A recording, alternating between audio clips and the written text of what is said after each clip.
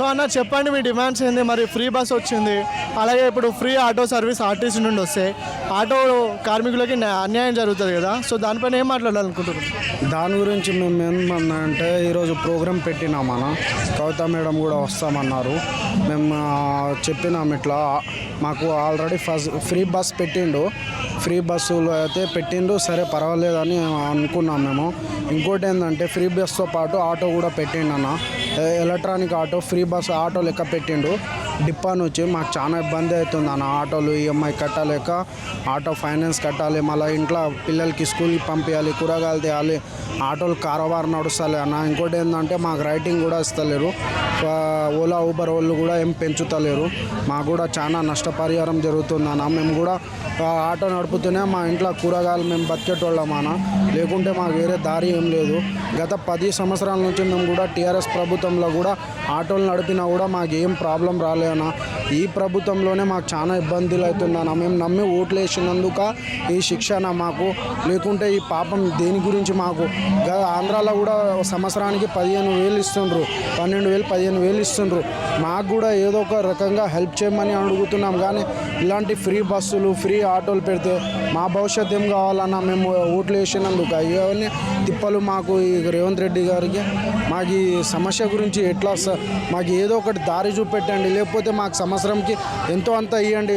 Electronic ఏదైతే 203 ఆటోలు తీసిండ్రా ఆ ఆటోలు రద్దులు చేయాలని మా ఆటో వల్ల విజ్ఞప్తి అన్న. వీడి నుంచి ఈ ఆటోలు తీసేయాలి ఎలక్ట్రానిక్ వాళ్ళది, మాకు కారోబార్ అయితే లేవు. ఇంకోటి ఏంటంటే ప్లస్ మాకు ఓలా ఊబర్ వాడు కూడా మాకు రైటింగ్ ఇస్తలేరు, మాకు కారోబారు చాలా నష్టపోతుందన్న. ఫ్రీ బస్ అన్నప్పుడే మేము చాలా బాధపడ్డామన్న. Hyderabad biggest property show is here. CREDAI Hyderabad, rate ఆగదు, డిమాండ్ తగ్గదు. ఆటోలు కాల్ చేసినాం, అప్పులు చేసుకున్నాం, 5 లక్షలు 4 లక్షలు అప్పులు చేసుకొని వాళ్ళ దగ్గర 10 రూపాయలు ఇంట్రెస్ట్ తోటి ఆటోలు తీసుకొని ఈఎంఐలు కట్టాలి, పిల్లలకి స్కూల్ పోయాలి, కూరగాయలు తేయాలంటే మాకు చాలా ఇబ్బంది అవుతుందన్న. రేవంత్ రెడ్డికి మేము ఒకటే రిక్వెస్ట్ చేస్తున్నాం, ఈ ఎలక్ట్రానిక్ బండి అయితే తీసేస్తాం, మాకు కొద్దిగా బెనిఫిట్ ఉంటుందన్న. ఏదో మా బతికేదో మేము బతుకుతున్నాం. ఇంకోటి కావాలంటే ఫ్రీ బస్ పెట్టిండ్రు, ఇంకోటి ఆటో కూడా పెట్టిండ్రు.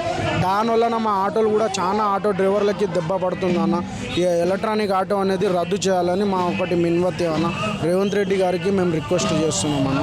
మరి గవర్నమెంట్ డిమాండ్ చేయాలంటే ఏం డిమాండ్ చేస్తారన్న? మరి గవర్నమెంట్కి డిమాండ్ చేయాలంటే మేము ఫ్రీ బస్ అనేది ఫస్ట్ నుంచే పెట్టిండ్రు, సరే ఒప్పుకుంటున్నామన్న.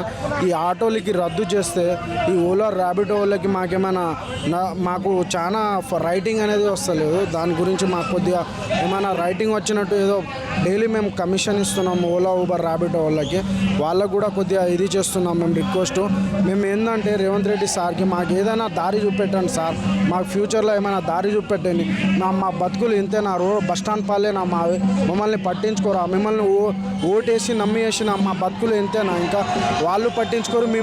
మేము ఎవరు పోయి అడగాలి సార్, మా బాధలు ఎవరు చెప్పుకోవాలి? ఒక హాస్పిటల్ పోయినా కూడా ఒక అంబులెన్స్ వస్తలే, మేము వస్తున్నాం సార్, ఏడ పోయినా కూడా ఆటో ఆపరా పోయి ఆటో ఆపా అని అంటారు. హాస్పిటల్లో పోయి ట్రీట్మెంట్ చేసుకొని ఇంటింటికి పోయి మేము సేవ చేస్తున్నాం. హాస్పిటల్లో టైమింగ్కి అంబులెన్స్ రాకుండా కూడా మేము వెళ్తున్నాం, మేము సేవ చేస్తున్నాం. పబ్లిక్లో కూడా ఉస్మానియాలో కానీ అఫ్జల్గంజ్లో కానీ గాంధీ హాస్పిటల్లో కానీ ప్రతి ఒక్క ఆటో డ్రైవర్లు మేము సర్వీస్ చేస్తున్నాం అన్న. టైమింగ్కి అంబులెన్స్ రాకపోయినా ఆటో డ్రైవర్లు తీసుకెళ్ళి అడ్మిట్ చేస్తుండ్రు నా పేషెంట్లకి, ఇంటికి తీసుకొస్తుండ్రు. దానివల్ల మాకు చాలా ఎఫెక్ట్ పడుతుందన్న. గవర్నమెంట్ నుంచి మాకు ఏదైనా ఒక దారి చూపెట్టండి, మాకు ఏదైనా సాయం చేయండి, లేకుంటే మాకు ఏదైనా వేరే భవిష్యత్తు చూపెట్టండి సార్. గత ప్రభుత్వంలో కూడా ఆంధ్రాలో కూడా సిస్టమ్ చేంజ్ చేసిండ్రు ఆటో డ్రైవర్లు, ఆడ కూడా సంవత్సరానికి 15,000 12,000 ఇస్తుండ్రు అన్న. ఆ 12,000 కూడా ఇస్తలేరు. సో మా ఆటో ఈఎంఐలు కట్టలేక ఈ బస్సుల వలన మాకు ఆటో వలన ర్యాపిడో వలన చాలా ఎఫెక్ట్ పడుతుందన్న. ఆటోలు నడపలేకపోతున్నామన్న. దాని గురించి నిరాక్ష దీక్ష చేస్తున్నామన్న. ఈరోజు కవిత అక్క కూడా వస్తామన్నారు మాతో పాటు, మేము కూడా దానికి కూడా నిరాక్ష దీక్ష చేస్తున్నాం. ఆటో డ్రైవర్ వాళ్ళు అందరం కలిసి వచ్చినాం మనం హైదరాబాద్లో. చాలా బాధపడుతున్నామన్న. మా నష్టపరిహారం ఏదైనా ఒక భవిష్యత్తులో దారి చూపెట్టండి అని విజ్ఞప్తి చేస్తున్నాం రేవంత్ రెడ్డి సార్కి మేము.